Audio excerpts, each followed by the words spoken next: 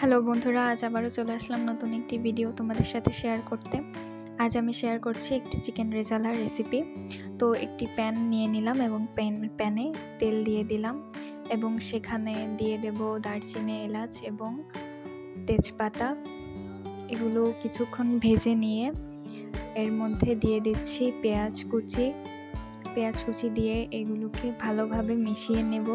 কিছুক্ষণ পরে আদা বাটা, রসুন বাটা পেস্ট দিয়ে আমরা ভালোভাবে আবারও এটিকে নেড়ে চেড়ে নেব। এরপর ধনিয়ার গুঁড়া এবং যাবতীয় লবণ, মরিচের গুঁড়ো দিয়ে আমরা এটিকে আবারও মিশিয়ে নেব। মাঝে মাঝে আমরা এখানে ব্যবহার করছি কিছু পরিমাণ পানি। এই অবস্থায় ঢাকনা দিয়ে ঢেকে কিছুক্ষণ আবারও অনবরত নাড়তে হবে। এরপরে আমরা ধুয়ে কেটে রাখা কিছু চিকেনের পিস দিয়ে দেব এর মধ্যে। এই টাইমে আমাদের খেয়াল রাখতে হবে যে যাতে কড়াইয়ের সঙ্গে চিকেন পিসগুলো লেগে না যায়, তার জন্য অনবরত এটিকে নাড়তে হবে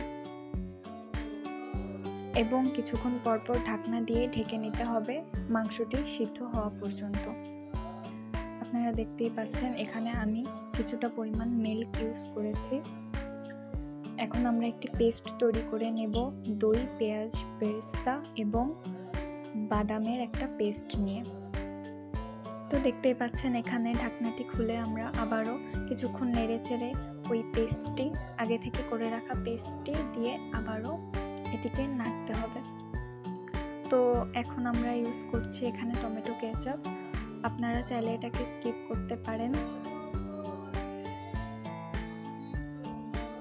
কিছুক্ষণ নেড়ে চেড়ে নেব এবং আবারও কিছু পরিমাণ দুধ এর সাথে মিক্সড করে নেব। ঢাকনা দিয়ে ঢেকে আবার এটিকে উঠিয়ে নিয়ে আমরা কিছু পরিমাণ দুধ আবারও এর সঙ্গে মিক্সড করব এবং সবশেষে আমাদের এখানে গরম মশলা বেটে বা আপনারা গরম মশলার গুঁড়াও ইউজ করতে পারবেন। তো অনেকটাই আমাদের চিকেনটা হয়ে এসেছে, দেখতে পাচ্ছেন। এখন আমরা একটি বলে এটিকে সার্ভ করে নিচ্ছি। তো এই ছিল আজকে আমাদের রেসিপি। সবাই ভালো থাকবেন, সুস্থ থাকবেন।